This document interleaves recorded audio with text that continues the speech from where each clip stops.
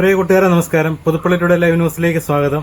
തെരുവിൽ ഭിക്ഷ യാചിച്ച് നടന്നയാള് മരണപ്പെട്ടപ്പോൾ അദ്ദേഹത്തിന്റെ ബാഗ് പരിശോധിച്ച പോലീസ് ഞെട്ടിപ്പോയി. കാരണം കിട്ടിയത് 4,52,000 രൂപ. നമ്മുടെ ആലപ്പുഴ ജില്ലയിലാണ് ഈ സംഭവം നടന്നത്. നമുക്ക് ആ വാർത്തയിലേക്ക് ഒന്ന് പോകാം. ആലപ്പുഴ ചാരുമൂട്ടിലാണ് ഈ സംഭവം നടന്നത്. തെരുവിൽ ഭിക്ഷാടനം നടത്തിക്കൊണ്ടിരുന്ന അനിൽ കിഷോർ എന്നയാൾക്ക് റോഡിൽ വെച്ചൊരു അപകടമുണ്ടാകുകയും അതേ തുടർന്ന് അദ്ദേഹം ഹോസ്പിറ്റലിൽ ചെന്നു. ഡോക്ടർമാർ പരിശോധിച്ചതിനു ശേഷം വിശദമായ പരിശോധനയ്ക്ക് നിർദ്ദേശം കൊടുക്കുകയായിരുന്നു. എന്നാൽ ഇദ്ദേഹം ആശുപത്രിയിൽ നിന്ന് പിന്നീട് ഇറങ്ങിപ്പോയി.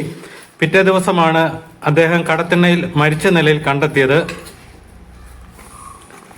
നൂറനാട് പോലീസ് സ്ഥലത്തെത്തി മൃതദേഹം ആലപ്പുഴ മെഡിക്കൽ കോളേജിലേക്ക് മാറ്റി. എന്നാൽ അദ്ദേഹത്തിന്റെ മൃതദേഹത്തിനൊപ്പം 2-3 ബാഗുകൾ ഉണ്ടായിരുന്നു. അത് അന്നേരം തന്നെ സ്റ്റേഷനിലേക്ക് മാറ്റി.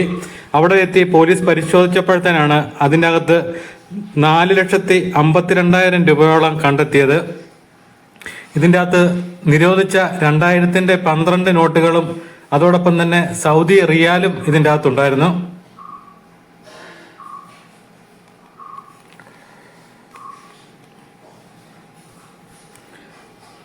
ഇതുവരെ ബന്ധുക്കൾ ആരും തന്നെ അന്വേഷിച്ചെത്തിയിട്ടില്ല. ബന്ധുക്കൾ എത്തിയില്ലെങ്കിലും പണം കോടതിയിൽ ഹാജരാക്കുമെന്നാണ് നൂറനാട് SHO S ശ്രീകുമാർ പറയുന്നത്.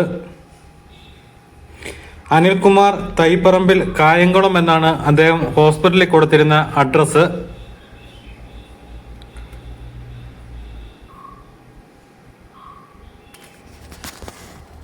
മൃതദേഹം ഇപ്പോൾ ആലപ്പുഴ മെഡിക്കൽ കോളേജിൽ സൂക്ഷിച്ചിരിക്കുകയാണ്.